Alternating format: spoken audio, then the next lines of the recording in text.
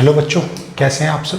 तो आज हम एडवांस के जो क्वेश्चन है काइनेमेटिक्स के उनको हम डिस्कस करेंगे। अभी तक हम नीट के previous year question, JEE mains के प्रीवियस ईयर क्वेश्चंस को डिस्कस कर चुके हैं और आज एडवांस के क्वेश्चन करने के साथ काइनेमेटिक्स चैप्टर हमारा ये कंप्लीट हो जाएगा। ठीक है, तो क्वेश्चन आपको स्क्रीन के ऊपर मिलेगा। क्वेश्चनों का पहले ट्राई करें, करने की कोशिश करें और फिर यहाँ पे सॉल्यूशन देखें। ठीक है, तो चलिए क्वेश्चन में पढ़ता हूँ, तो स्टार्ट करते हैं। तो ये क्वेश्चन पूछा है जेईई एडवांस 2022 में। इसमें बोला है a projectile is a fire from horizontal ground with speed v and projection angle theta. When the acceleration due to gravity small g, the range of the projectile is d.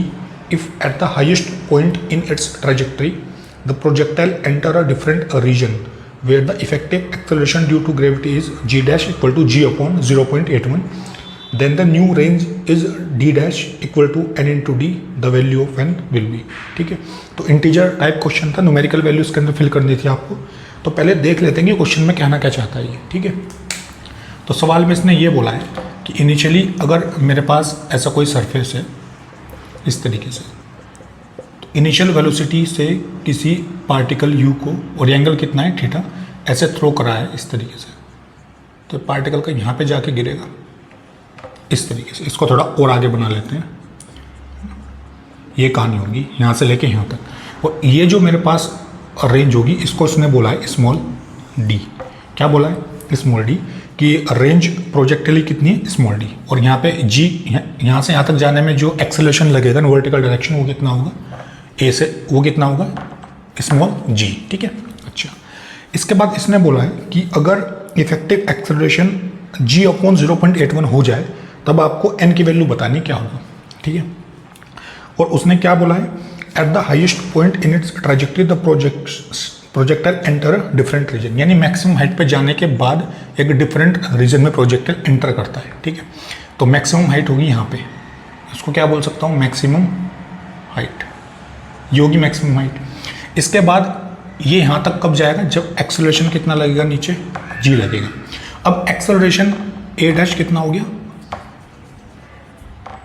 g dash कितना हो गया? g upon 0.81, ये value हो गई acceleration की। ठीक है, तो g अपॉन 0.81 का मतलब ये कि अगर किसी को 1 से लेस देन वैल्यू से डिवाइड करेंगे तो वैल्यू इंक्रीज हो जाती है। जैसे अगर मैं लिखता हूँ 1/0.2, तो ये वैल्यू मुझे कितनी मिलेगी? ये वैल्यू मुझे मिलेगी 5, यानी पहले वैल्यू 1 थी, 1 से कम वैल्यू से डिवाइड करेंगे तो कितना हो जाएगा? 5 हो जाएगा, यानी वैल्यू बढ़ जाएगी। तो इसका मतलब ये हुआ कि जो जी डैश की जो मुझे वैल्यू मिलेगी यहाँ पे, जी डैश वो बड़ी होगी एज कम्पेयर टू जी। ये बात समझ आ रही है यहाँ से कि भाई जी डैश की जो वैल्यू होगी वो जी से ग्रेटर होगी। ये बात मुझे समझ आ रही है। और मैक्सिमम हाइट के बाद प्रोजेक्टाइल चेंज हुआ है। चेंज क्यों है? क्योंकि एक्सेलरेशन अब कितना हो गया? जी डैश। तो अगर एक्सेलरेशन अब बढ़ गया है, जी डैश की वैल्यू बढ़ गई है, तो पार्टिकल यहाँ पे ना ड्रॉप होने के बजाय थोड़ा सा पहले ड्रॉप हो जाएगा, क्योंकि जी अब ज़्यादा एक्ट कर रहा है। तो कंडीशन कुछ ऐसे होगी, ये पार्टिकल यहाँ पे जाके गिरेगा। ठीक है, इस पॉइंट को मान लो A, इस पॉइंट को मान लो B, इस पॉइंट को मान लो C। तो उन्होंने ये बोला है कि ये जो D डैश है वो यहाँ से लेके यहाँ तक का प्रोजेक्टाइल है। ठीक है, इसको एक काम करते हैं, इसको मान लेते हैं x। क्या मान लेते हैं? x। अच्छा, यहाँ से लेके यहाँ तक मैक्सिमम हाइट तो इक्वल है, तो पूरा डिस्टेंस अगर d होगा तो ये कितना हो जाएगा? d/2। कितना हो जाएगा? ये डिस्टेंस हो जाएगा d/2। तो नया जो प्रोजेक्टाइल उसने बोला है कि नई जो रेंज बोली है वो कितनी बोली है? वो बोली है d डैश। और d डैश रेंज क्या होगी? d/2 और प्लस x। क्या लिखूंगा इसको? d/2 plus x। यही कहानी होगी मेरे पास। इसको बोल देंगे इक्वेशन नंबर 1। तो क्या किया मैंने? g डैश बढ़ेगा तो अब नीचे क्या एक्ट करेगा? यहाँ पे g dash. g dash act करेगा तो दूर गिरने की बजाय पार्टिकल थोड़ा पहले ड्रॉप हो जाएगा। और रेंज नहीं क्या मिलेगी? d/2 plus x। ये रेंज मुझे मिलेगी। तो ओल्ड रेंज क्या है? Small d। न्यू रेंज क्या है? यहाँ मैं लिख देता हूँ। ओल्ड रेंज कितनी है? d। और न्यू रेंज कितनी है? ये मेरे पास है d डैश। क्योंकि ये इसलिए मैंने कंसिडर किया क्योंकि सवाल में उसने खुद बोला है कि d डैश और d की फॉर्म में इसको डिफाइन करना है। अच्छा, अगर मैं यहाँ पे रेंज की बात करता हूँ, यहाँ से लेके यहाँ तक अगर मैं रेंज की बात करता हूँ, तो रेंज ओल्ड कर्व के लिए, यानी कर्व 1 और ये 2। तो अगर 1 की बात करता हूँ, जो पुराना प्रोजेक्टाइल है, इसके लिए लिखूंगा मैं रेंज इक्वल टू क्या लिखूंगा? d equal to u² sine 2θ divide by g। ये लिख सकते हैं भाई। एक हॉरिजॉन्टल वेलोसिटी होगी, एक वर्टिकल। तो इनिशियल वेलोसिटी u है इसकी, तो यहाँ से लेके यहाँ तक जाएगा तो रेंज कितनी होगी? u² sine 2θ bye g। ठीक है, तो ये इक्वेशन आपको याद रखनी है, ये इक्वेशन 1 और ये इक्वेशन 2, ठीक है। तो बस इसी के बीच में थोड़ा रिलेशन लगा के मुझे वैल्यू फाइंड आउट करके देखनी है। ये कंडीशन मैंने लिख ली। अब मैं इसको थोड़ा सा यहाँ से हटा के, डायग्राम आपने ही बना लिया होगा, तो इसको थोड़ा सा डिफाइन करने की कोशिश करते हैं कि कैसे इसको सॉल्व करेंगे, ठीक है। तो देखते हैं, इसको नोट कर लो आप आराम से पहले, ठीक है। तो ये आपने नोट किया होगा, तो इस वैल्यू को ध्यान रखना, u² sin 2θ/g और ये d/2 + x, ठीक है। तो चलिए अभी देखते हैं क्या मिलेगा मुझे। नीचे की चीज़ मैं हटा देता हूँ यहाँ से, ठीक है।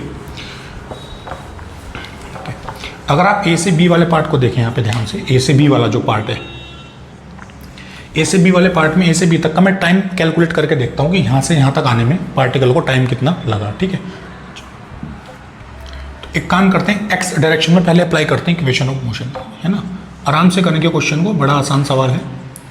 TAB + ½ AB और ये होगा t²। ये लिख सकते हैं ए से बी तक वाले पार्ट के लिए एक्स डायरेक्शन का इक्वेशन। टाइम कहाँ से कहाँ तक, ए से बी तक आने का। तो एक्स डायरेक्शन का डिस्टेंस कितना, ये स्मॉल एक्स, ये लिख सकते हैं स्मॉल एक्स यहाँ पे। एक्स डायरेक्शन की वेलोसिटी कितनी होगी, मुझे पता है कि अगर मैं यहाँ पे ux कैलकुलेट करता हूँ तो कितना मिलेगा, u cos थीटा, और यहाँ से अगर uy कैलकुलेट करता हूँ तो मिलेगा u sin थीटा। और मैक्सिमम हाइट पे जाने पे एक्स डायरेक्शन की वेलोसिटी आपको मिलती है ना, और वो सेम रहती है जो मेरे पास इनिशियल वेलोसिटी होगी एक्स में। और वाई डायरेक्शन की वेलोसिटी ये हो जाती है 0 टॉप पॉइंट पे, ये मुझे पता है, ठीक है। तो यहाँ पे ux कितना मिलेगा, u cos थीटा और टाइम a से लेके b प्लस, यहाँ पे अगर आप टॉप पॉइंट से यहाँ तक देखोगे तो x डायरेक्शन का एक्सेलरेशन 0 होता है, इसी वजह से इनिशियल जो वेलोसिटी होती है हर एक पॉइंट पे सेम रहती है, ठीक है। तो ये कितना हो जाएगा 0, ये आएगा TAB², है ना। यहाँ पे भी क्या होगा TAB, तो 0 हो जाएगा यहाँ पे। तो यहाँ से x की वैल्यू कितनी मिलेगी, u cos थीटा और t इंटू b, यानी TAB कितना आएगा यहाँ से x/u cos थीटा। इसको बोल देंगे इक्वेशन नंबर 3, ठीक है। तो मैंने ए से बी तक क्या अप्लाई किया, x = ut + ½ at²। तो मैंने यहाँ से टाइम निकाल लिया कि यहाँ से यहाँ तक आने में टाइम कितना लगेगा, ठीक है। तो अब x की फॉर्म में देखते हैं थोड़ा सा कंडीशन क्या बनेगी, x में भी बना के देखते हैं। तो ये मैंने किधर अप्लाई किया, x में अप्लाई किया। अब a से b तक मैं y में अप्लाई करके देखता हूँ, a से b किस डायरेक्शन में, y डायरेक्शन में। तो कैसे करेंगे, sy = uy TAB ½ AB, और ये लिख सकते हैं t², कोई बुराई वाली बात नहीं है। sy = यहाँ से यहाँ तक आने का जो डिस्टेंस है वो uy_t + ½ at²। तो sy क्या है, वर्टिकल डिस्टेंस। वर्टिकल डिस्टेंस कहाँ से कहाँ तक, a से लेके b तक। और ये मेरे पास क्या है, hmax, क्या दिया है ये hmax = y डायरेक्शन की इनिशियल वेलोसिटी कितनी है, ये तो 0 है मेरे पास, तो ये हो जाएगा +½ एक्सेलरेशन a से b तक का कितना है, g', और g' कितना है g/0.81, ओके। और टाइम कितना है, ये लिख सकते हैं x/u cos थीटा का होल स्क्वायर, है ना। ये कहानी बचेगी, ½ g/0.81 x/u cos थीटा का होल स्क्वायर। h मैक्सिमम की वैल्यू में लिख सकता हूँ सिंपल, क्या, u² sin² थीटा / 2 × g, ये लिख सकते हैं simple. Maximum height equal to यहाँ पे कितना होगा, ये होगा gx² / 2 × 0.81 u² into cos² theta. तो gx² / 2 × 0.81 और u² cos² थीटा, ये कंडीशन मुझे मिलेगी। तो इतना आप नोट कर लो पार्ट, फिर इसको मैं इधर कर लेता हूँ। यहाँ पे टाइम की वैल्यू लिख लेते हैं। टाइम मेरे पास कितना है, x/u cos थीटा, ये कहानी बची है, ठीक है। तो इससे आगे मैं इधर कैलकुलेट करके दिखाता हूँ, ये आप थोड़ा सा पार्ट यहाँ पे नोट कर लें, है ना।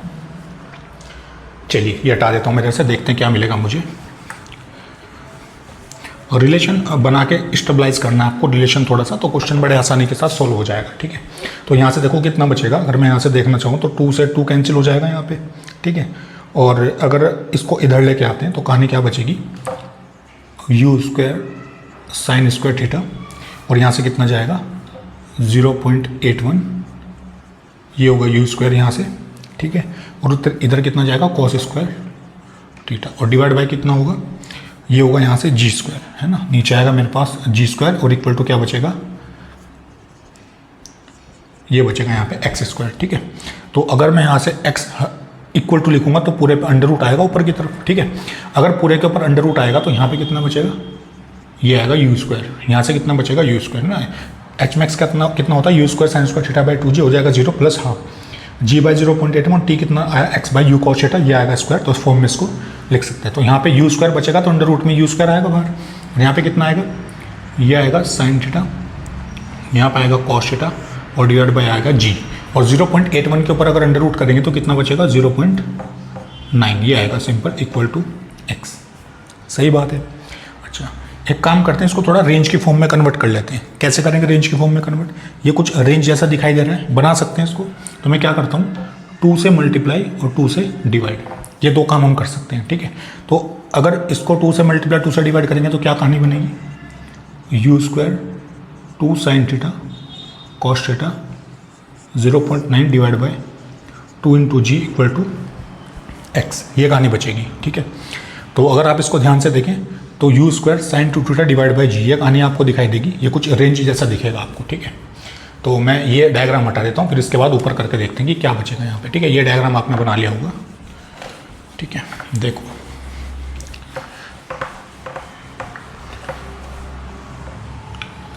तो यहाँ पे जो वैल्यू मुझे मिलेगी, देखो ये कितना बचा x, तो उसके बाद जरा ऊपर देखते हैं यहाँ पे, ठीक है, इधर तो x कितना आएगा यहाँ से, ये बचेगा u square sine 2 theta, you square sine 2 theta divide bye 2g और ब्रैकेट कितना है 0.81, ये कहानी होगी।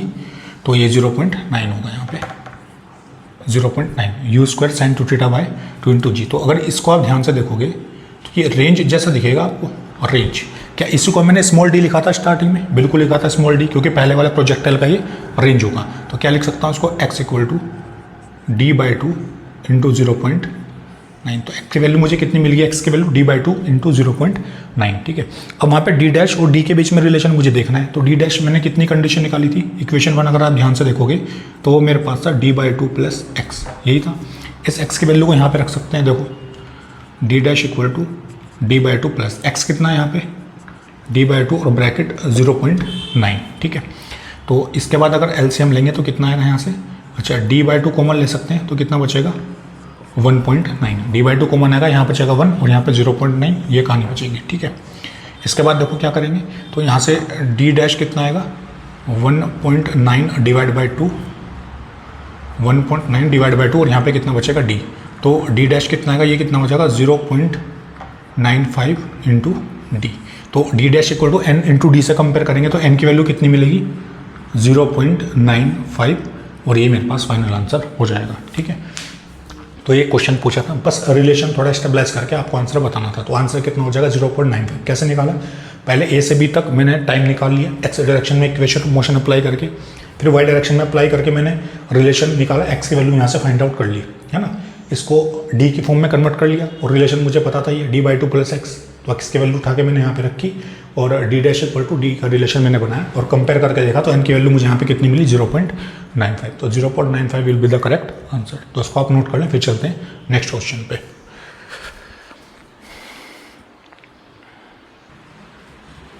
चलिए नोट कर लिया होगा आपने, देखते हैं नेक्स्ट क्वेश्चन मुझे क्या दिया है, ये हटा देता हूँ मैं इधर से, ठीक है। देखते हैं नेक्स्ट सवाल मुझे क्या दिया है यहाँ पे।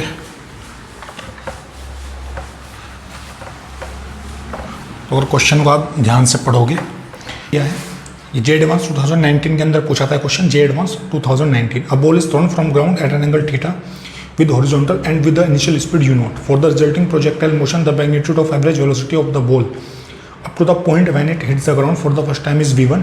After hitting the ground, the ball rebound at the same angle theta but with the reduced speed u naught by alpha. Its motion continues for a long time as shown in figure. If the magnitude of average velocity of the ball for entire duration of motion is 0.81, the value of alpha. तो alpha की value आपको बतानी है कितनी होगी, ठीक है। तो ये फिगर कुछ इस तरीके से दिया है आपको, ठीक है। ये तो यहाँ पे स्पीड कितनी है, ये यू नॉट, तो पार्टिकल पहले ऐसे जाएगा और ये एंगल कितना होगा थीटा, उसके बाद फिर स्पीड होगी यू नॉट बाय अल्फा और फिर इस तरीके से जाएगा और फिर इसके बाद स्पीड कितनी है you not by alpha square, speed कितनी है यहाँ पे you not by alpha square और पार्टिकल इस तरीके से जाएगा और इस तरीके से अगर आगे रिबाउंड होता रहेगा तो एक टाइम आएगा जब स्पीड कितनी हो जाएगी यू नॉट बाय अल्फा की पावर n, और हर एक केस में जो एंगल उसने बोला है वो बोला है कि सेम है, है ना। अगर यहाँ पे थीटा है तो यहाँ पे भी थीटा, यहाँ पे भी थीटा, यहाँ पे भी थीटा, ये फिगर में बोला है, ठीक है। तो उसने दिए स्टार्टिंग की एवरेज वेलोसिटी। अगर मैं इसकी बात करता हूँ, इसको मान लेता हूँ रेंज, तो इसके लिए एवरेज वेलोसिटी उसने बोली v1, है ना।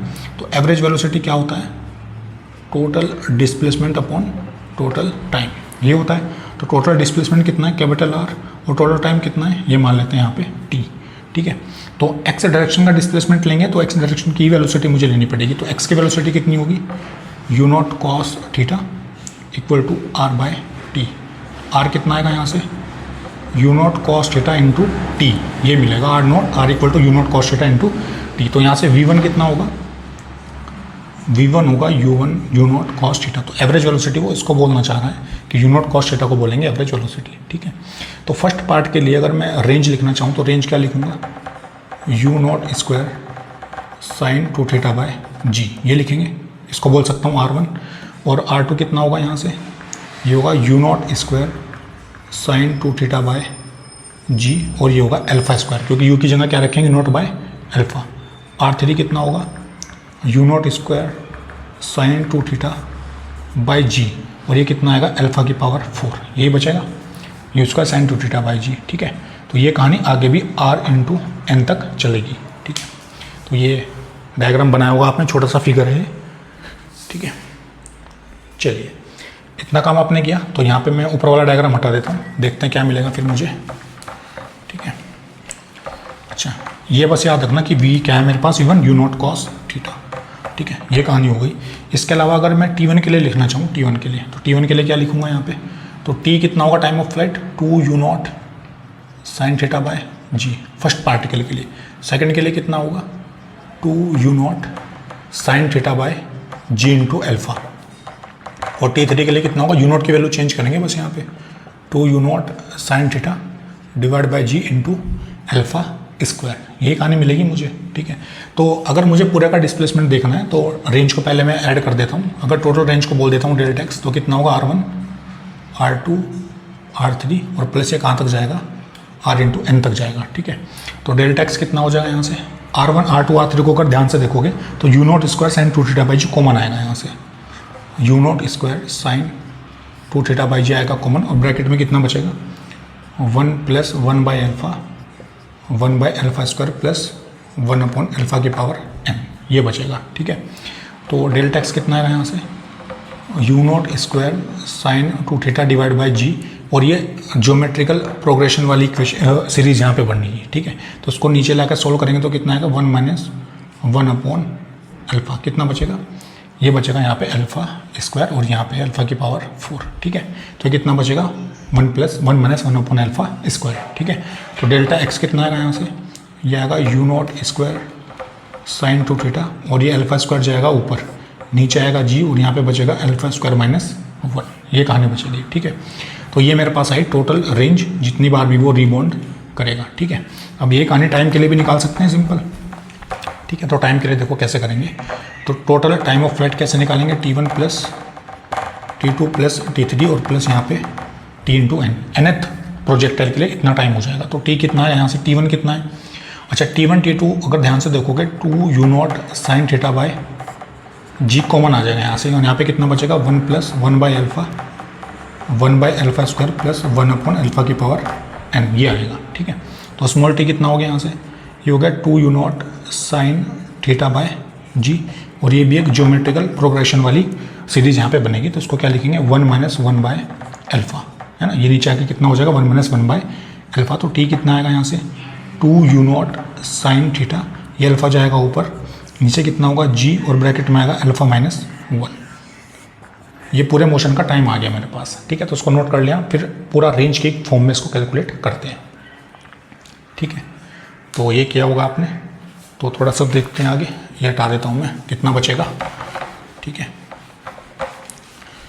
अच्छा, ये आ गया टोटल रेंज, और ये आ गया टोटल टाइम, जिसको बोल देते हैं डेल्टा टी। क्या बोल देते हैं, डेल्टा टी। तो पूरे मोशन का जो एवरेज स्पीड होगी वो मुझे दी है 0.8 v1, इसको क्या लिख सकते हैं, delta x by delta T, total range upon total time. और ये टोटल रेंज मैंने निकाली, कितनी वैल्यू है इसकी, ये है u0 square sine 2 theta alpha square bracket divide by g alpha square minus 1, और डेल्टा टी से डिवाइड करेंगे, ये होगा जी अल्फ़ा माइनस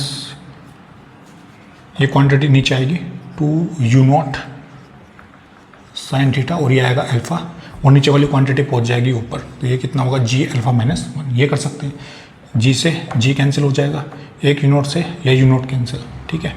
तो एक अल्फ़ा से ये अल्फ़ा कैंसिल, तो देखते हैं कितना बचेगा। 0.8 v1 इक्वल टू यह आएगा u0 साइन 2 थीटा को क्या लिख सकते हैं 2 साइन थीटा कॉस थीटा, ये लिख सकते हैं। एक अल्फ़ा बचेगा ऊपर, और ये आएगा अल्फ़ा माइनस 1, और डिवाइड बाय कितना आएगा, इस अल्फ़ा स्क्वायर माइनस 1 को अल्फ़ा प्लस 1 और अल्फ़ा माइनस 1 ये लिख सकते हैं, और ये कितना बचेगा 2 साइन थीटा, ये कहानी बचेगी, ठीक है। तो अब क्या होगा, यहाँ से 2 से 2 कैंसिल हो जाएगा, साइन थीटा से साइन थीटा कैंसिल, और एक अल्फ़ा माइनस 1 से अल्फ़ा माइनस 1 कैंसिल, तो कितना आएगा यहाँ से, ये बचेगा alpha u0 cos theta divide bye ये आएगा मेरे पास अल्फ़ा प्लस 1, ये कहानी बचेगी, ठीक है। तो देखो इसके बाद क्या करेंगे,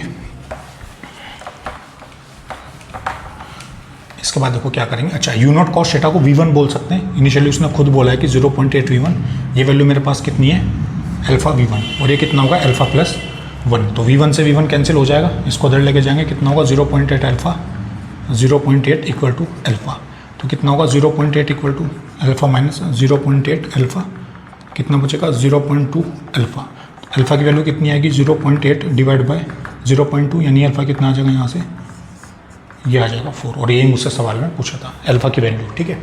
तो सीरीज़ आपको बतानी थी, इसमें थोड़ा रिलेशन निकालना था, पहले टोटल रेंज और टोटल टाइम और एवरेज वेलोसिटी आपको पूरे मोशन की दी थी, तो पूरे मोशन की एवरेज वेलोसिटी, पूरे मोशन की रेंज और पूरे मोशन का टोटल टाइम, ये कैलकुलेट करके और अल्फ़ा की वैल्यू मैंने सिंपल फाइंड आउट कर ली, ठीक है। तो उसको नोट कर लें, थोड़ा अच्छा क्वेश्चन है, एडवांस में पूछा था। उसके बाद देखते हैं कि नेक्स्ट सवाल क्या है मेरे पास। चलिए आगे बढ़ते हैं, ये हटा देता हूँ मैं इधर से।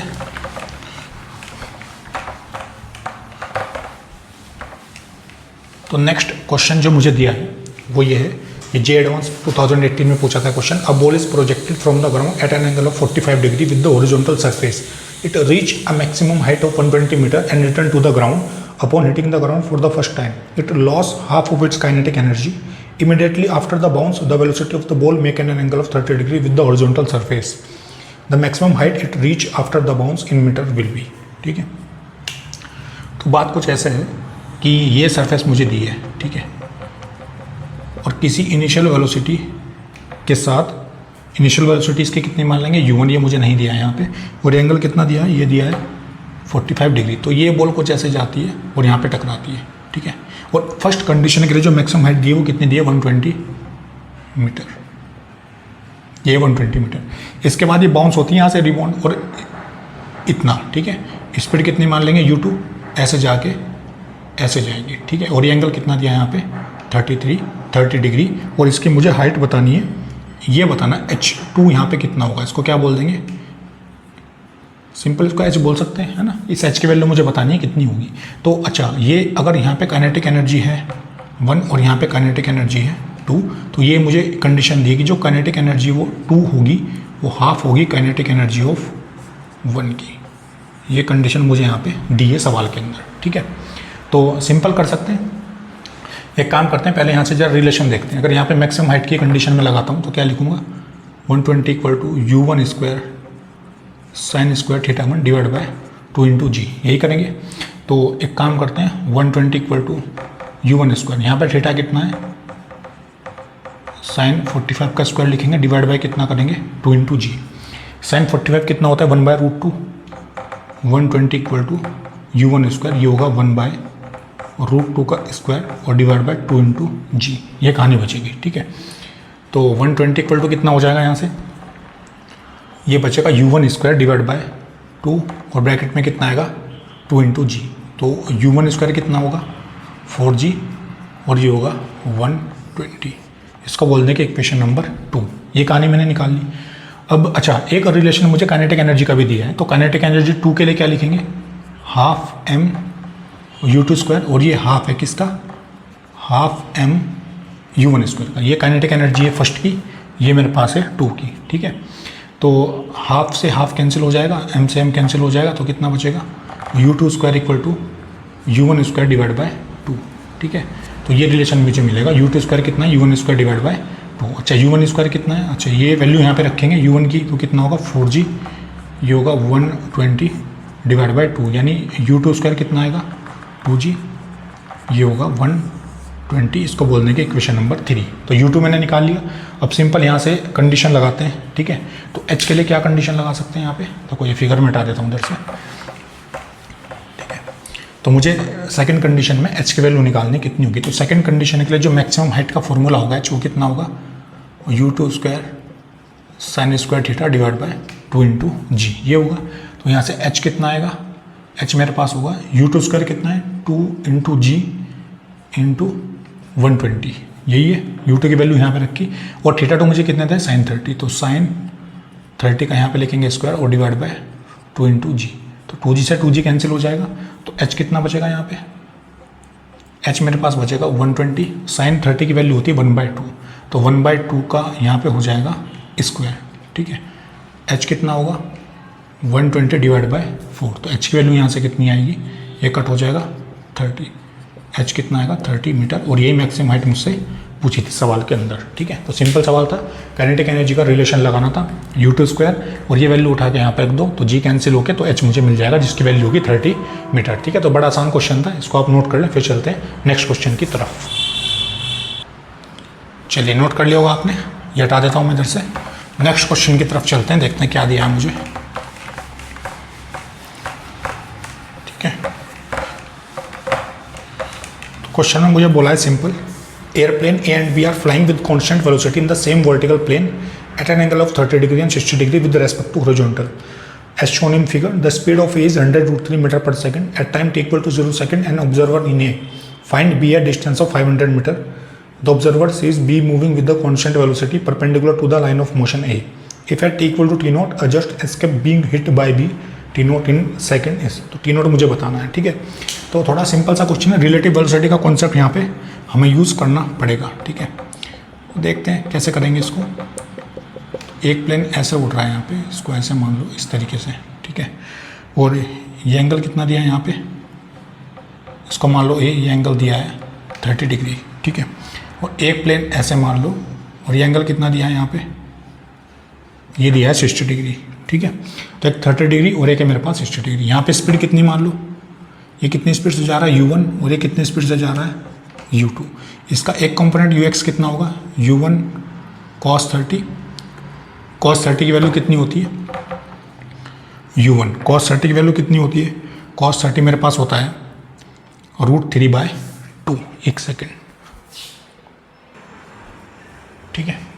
तो ये कितना होगा u1 cos 30 का मतलब √3/2, ये किस में आई कैप, ठीक है। और वर्टिकल में कितना हो जाएगा u1 sin 30, यानी होगा u1/2, ये होगा जे कैप। तो वेलोसिटी ऑफ ए अगर मैं लिखना चाहूँ तो क्या लिखूँगा u1 √3/2 आई कैप और प्लस u1/2 ये लिखूँगा जे कैप। इसको मान लेंगे इक्वेशन 1।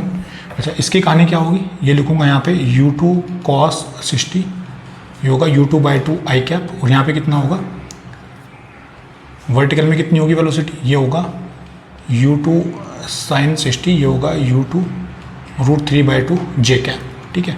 तो यहाँ पे क्या लिखूँगा, तो ये vb कितना हो जाएगा, यहाँ से vb मेरे पास आएगा u2/2 i cap plus u2 √3/2, ये होगा जे कैप, और इसको बोलेंगे इक्वेशन नंबर 2, ये निकाल सकते हैं।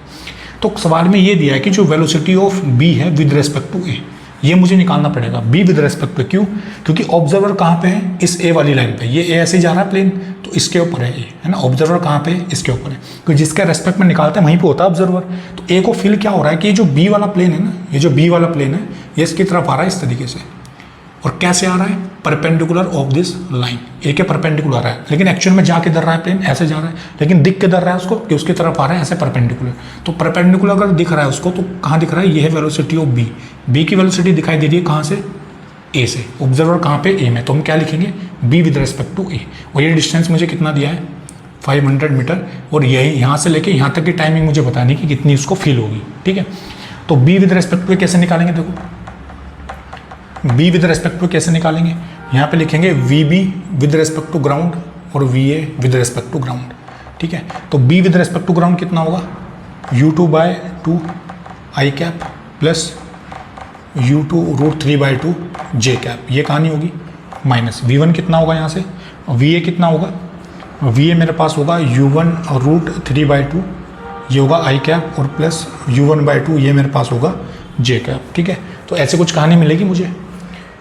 ओके, तो अब क्या करेंगे, i वालों को एक साथ कर लेते हैं और j वालों को एक साथ कर लेते हैं। तो v b with respect to कैसे लिखूंगा, देखो ये होगा, अच्छा एक काम करते हैं 1/2 कॉमन ले लेते हैं बाहर i से, तो कितना बचेगा u2 माइनस u1√3, ये आएगा i कैप, और प्लस 1/2 लेंगे बाहर, ये बचेगा u2√3 प्लस u1, और यहाँ पे आएगा j कैप, यही बचेगा भाई। यहाँ से मैंने 1/2 बाहर लिया, यहाँ पे बचेगा u2 माइनस u1, और ये बचेगा √3, यहाँ पे कितना बचेगा 1/2 बाहर लेंगे u2√3, और ये प्लस माइनस ये आएगा यहाँ पे माइनस, और कितना होगा u1j, तो ये आएगी velocity b with respect to a। अब इसने क्या बोला है कि ये जो रिलेटिव वेलोसिटी है ना, इस a वाले को अपने परपेंडिकुलर फील हो रही है। ठीक है, तो एक तो vector v with respect to a है, और एक वेक्टर मेरे पास ये है v है, एक वेक्टर क्या है va with respect to ground, और एक वेक्टर ये, तो दोनों परपेंडिकुलर हैं आपस में।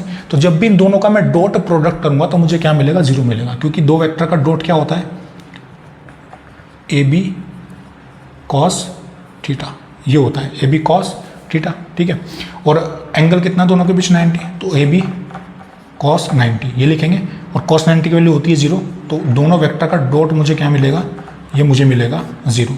तो किन दो वेक्टर का, b with respect to a, और ये मेरे पास है, तो दोनों का डॉट देखते हैं क्या मिलेगा यहाँ पे। ठीक है, तो देखो देखते हैं कहानी क्या मिलेगी। तो a मेरे पास होगा, अच्छा ये है, इसके साथ मुझे डॉट करना है किसका है का, तो i वाले को i वाले के साथ लिखेंगे और j वाले को j वाले के साथ। तो i ये है और j है, तो क्या लिखेंगे यहाँ पे, देखो ये होगा u1√3/2, और ब्रैकेट मल्टीप्लाई करेंगे इसके साथ, तो कितना होगा ये u2/2 माइनस u1√3/2, ये हो जाएगा यहाँ से। ठीक है, तो i वाले को i वाले के साथ मल्टीप्लाई करेंगे, और प्लस यहाँ पे कितना हो जाएगा j वाले को j वाले के साथ, तो j है और यहाँ पे ये है j। ठीक है, तो ये कितना बचेगा यहाँ से, ये आएगा 1/4 है ना, 2 से बाहर 1/4 कर लेते हैं, और इसको भी एक काम करते हैं बाहर 1/4 कर लेते हैं इसको भी, तो आसानी रहेगी है ना। यहाँ पे क्या कर लेता हूँ 1/4, 2 था ना, 2 को बाहर लेके आ गया मैं, ये कितना हो गया 1/4, यहाँ पे भी 1/4, तो कितना बचेगा अंदर, तो ये आएगा मेरे पास u1 u2, सही कर रहे हैं। तो इसको मल्टीप्लाई करेंगे यहाँ पे, अच्छा पहले इसको एक साथ लिख लेते हैं, तो u1, एक काम करते हैं इसको ऐसे लिख लो u1/2, और इसके साथ इसको लिखो, ये कितना होगा u2√3/2 minus u1/2 equal to 0। अब सही है, थोड़ा मल्टीप्लाई करके देख लेंगे, तो यहाँ से 1/4 लेंगे तो कॉमन आ जाएगा, वो हो जाएगा 0, तो ये कितना बचेगा u1 u2√3 माइनस u1²3, ये बचेगा यहाँ से u1 u2√3 माइनस u1²3, और ये कितना बचेगा प्लस u1 u2, ये बचेगा √3 माइनस u1² इक्वल टू 0, ये कहानी बचेगी। ठीक है, ऐसा कुछ बचेगा, तो ये u1² कितना हो जाएगा -4। अच्छा इसको क्या लिख सकते हैं 2u1 u2√3 प्लस 1, और ये कितना होगा माइनस ये 3, ये हो जाएगा -4 u1² इक्वल टू 0, ये कहानी बचेगी। ठीक है, इसको इधर लेके आ सकते हैं, सिंपल बिल्कुल लेके आएंगे। अच्छा देखो मैं ये हटा देता हूँ फिगर, ये समझ गए होंगे आप। ठीक है, ये कैसे हुआ है, तो ये हटा देते हैं इधर से, देखते हैं भी कैसे सॉल्व करेंगे इसको। अच्छा इतना मैंने काम कर लिया है a with respect to b। ठीक है, अब एक काम करते हैं, इस क्वांटिटी को इधर लेके आ सकते हैं, सिंपल है ना, इस क्वांटिटी को इधर लेके आएंगे, तो देखो कितना बचेगा, ये आएगा 2u1 u2√3 इक्वल टू, यहाँ पे कितना बचेगा 4u1²। ठीक है, तो यहाँ से एक u1 चला जाएगा, और 2 से 2 चला जाएगा, तो कितना बचेगा u2√3 इक्वल टू 2 × u1, यही बचेगा u2√3। और ये u1 की वैल्यू मुझे कितनी दी है, u1 क्वेश्चन में दिया है, ध्यान से देखो, जो प्लेन ये था उसकी वेलोसिटी दी इनिशियल कितनी दी है 100√3, उसने मेंशन किया है। ठीक है, तो √3 से √3 कैंसिल, तो u2 कितना आएगा 200 मीटर पर सेकंड, ये मैंने u2 की स्पीड यहाँ पे निकाल ली है। ठीक है, तो u1 मेरे पास है, u2 मेरे पास है, तो ये वेलोसिटी निकाल सकते हैं। तो velocity of b with respect to v कितना आएगा, ये होगा हाफ, u2 मेरे पास कितना है 200 माइनस u1 कितना मेरे पास है 100√3, तो 100 × 3 कितना आ जाएगा, ये हो जाएगा 300, ये कितना होगा i कैप, यही होगा। प्लस यहाँ पे लिखेंगे 1/2 u2 √3, u2 कितना है 200, तो कितना होगा, अच्छा इसको मैं नीचे लिख देता हूँ यहाँ पे, प्लस ये कितना है 1/2 और u2 कितना है मेरे पास 200, तो कितना होगा 200√3 माइनस u1 कितना है 100√3 और ये मेरे पास होगा j कैप। ठीक है, तो कितना बचेगा ये बचेगा, अच्छा ये हो जाएगा -100/2 यानी -50 i कैप और प्लस ये कितना होगा 100√3 यानी कितना होगा 50√3, ये बचेगा j कैप। ये वेक्टर फॉर्म आई है मेरे पास b with respect to a, क्या है b विद रेस्पेक्ट टू, अब इसका मैग्नीट्यूड निकाल लेंगे, सिंपल कैसे करेंगे, b with respect to a का मैग्नीट्यूड कैसे निकलेगा, ये होगा √-50² और 50√3, ये होगा इस तरीके से, ये कर सकते हैं। ठीक है, तो अब आगे कैसे सोल्व करेंगे इसको देखते हैं। ठीक है, थोड़ा कैलकुलेशन वाला पार्ट है बस, और कुछ नहीं है। कॉन्सेप्ट तो इसमें ये था कि रिलेटिव वेलोसिटी आपको देखनी थी और क्वेश्चन को सिंपल सॉल्व कर लेना था। ठीक है, अच्छा देखते हैं कितना मिलेगा मुझे यहाँ से, एक बार और सॉल्व करके देखते हैं। तो ये कहानी अंदर कितनी बचेगी, यहाँ से ये बचेगा √2500, ये कितना बचेगा 2500 × 3, ये कहानी होगी, तो कितना आएगा यहाँ से 2500 + 7500 अप्रॉक्स इतना आएगा। तो b with respect to a कितना है ये आएगा ये बचेगा 10,000। तो b with respect to a कितना आ जाएगा यहाँ से बाहर, ये आएगा 100 मीटर/सेकंड, यानी जो ऑब्जर्वर a में होगा प्लेन में उसको b की स्पीड परपेंडिकुलर दिखेगी, लेकिन कितनी स्पीड दिखाई देगी 100 मीटर/सेकंड। तो इसके अकॉर्डिंग टाइम निकाल लेंगे वहाँ से वहाँ तक। तो स्पीड इक्वल टू क्या होता है, डिस्टेंस अपॉन टाइम, और डिस्टेंस कितना दिया है वहाँ से 400 और टाइम t0 मुझे निकालना है, और स्पीड कितनी दी है 100 = 500 / t0। तो t0 कितना हो जाएगा यहाँ से 500 / 100, ये हो जाएगा 5 टाइम्स कट, तो t0 की वैल्यू कितनी आएगी 5 सेकंड। कितना आ जाएगा t0, ये आएगा 5 सेकंड। ठीक है, तो ये सवाल था मेरे पास। तो रिलेटिव वेलोसिटी का कॉन्सेप्ट यहाँ पे लगा कर क्वेश्चन को सॉल्व करना था आपको, सिंपल। बस एक थोड़ा सा कॉन्सेप्ट इसमें ये था कि दो वेक्टर का डॉट आपका 0 होना चाहिए, तब इस कंडीशन को आप लेके आ सकते हैं, और टाइम कितना हो जाएगा 5 सेकंड। ठीक है, तो इस क्वेश्चन को नोट कर लिया, फिर चलते हैं नेक्स्ट क्वेश्चन की तरफ। चलिए, क्वेश्चन नोट कर लिया होगा आपने, तो टाइम कितना आ जाएगा 5 सेकंड। तो देखते हैं क्वेश्चन क्या दिया है मुझे।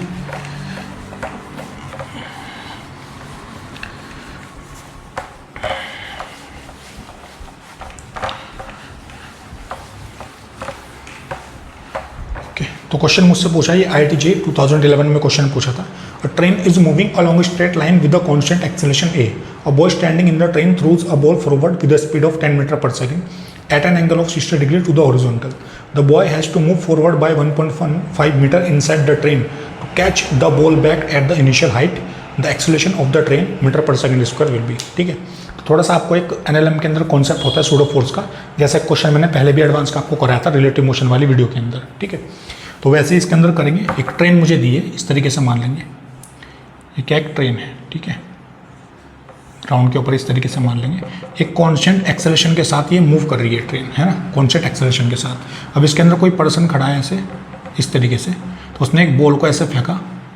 ठीक है, कितनी इनिशियल स्पीड के साथ 10 मीटर/सेकंड, और यहाँ से एंगल कितना है, ये एंगल दिया है 60। तो बॉल ऐसे प्रोजेक्टाइल करते करते यहाँ पे पहुँचेगी, और जब ये पहुँचेगी तो इनिशियल कंडीशन ये मैन की और फाइनल कंडीशन ये मैन जब यहाँ पहुँचेगा तो इस बॉल को ये क्या कर लेगा, यहाँ पे कैच कर लेगा। ठीक है, ये ऐसे जाएगी बॉल और कैच कर लेगा, और ये डिस्टेंस मुझे कितना दिया है 1.15 मीटर।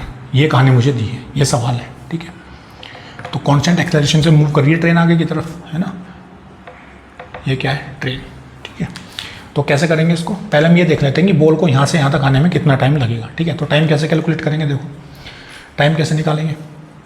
तो टाइम निकालने के लिए मैं क्या कर सकता हूँ, वाइड, अच्छा इसके कंपोनेंट अगर करेंगे तो कितना होगा 10 cos 60, और ऊपर कितना आएगा 10 sin 60, ये बचेगा। तो यहाँ पे मैं ux लिखता हूँ, ux कितना आएगा 10 cos 60।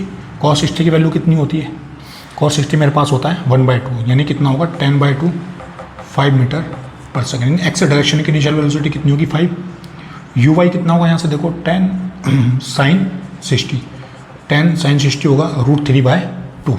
तो ये uy कितना आ जाएगा यहाँ से, ये आएगा 5√3 मीटर/सेकंड। ये कहानी बचेगी ux और uy। इसके बाद क्या करेंगे, पहले टाइम निकाल लेते हैं। तो टाइम निकालने के लिए क्या करेंगे, ये इक्वेशन लगा सकते हैं वाई डायरेक्शन में। U y t plus half a y t square.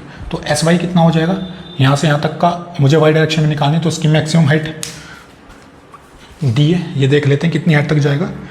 तो अच्छा, a boy standing at an angle of 60 degree to the horizontal, the boy has to move forward. अच्छा, तो अब आप ध्यान से देखें, तो इसमें मुझे क्या निकालना है, डिस्प्लेसमेंट। तो देखो मैं यहाँ से यहाँ तक की हाइट लेता हूँ, मुझे टाइम कैलकुलेट, कौन सा टाइम कैलकुलेट करना है, इनिशियल से लेके फाइनल तक। तो यहाँ से यहाँ तक जब जाएंगे तो डिस्प्लेसमेंट कितना हो जाएगा, 0 हो जाएगा, सिंपल है ना। इस हाइट की जरूरत ही नहीं है देने की, उसने दी भी नहीं है क्वेश्चन में। तो यहाँ से यहाँ तक जाएगा पार्टिकल, कितनी हो जाएगी, 0। वाई डायरेक्शन की स्पीड कितनी है, 5√3, ये हो जाएगा टी हाफ। जब बॉल यहाँ से यहाँ जाएगी तो जी तो हमेशा नीचे एक्ट करेगा, -10, और ये हो जाएगा टी स्क्वायर। ठीक है, इसको इधर लेके जाएंगे, कितना होगा 5, ये बचेगा 5t स्क्वायर, यहाँ पे बचेगा 5√3 इंटू टी, यही बचेगा।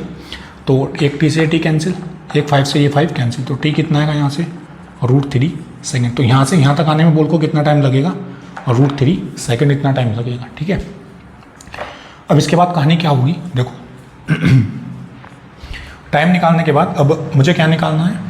अच्छा, अब जरा देखते हैं हॉरिजॉन्टल डायरेक्शन में लगा के देखते हैं, है ना।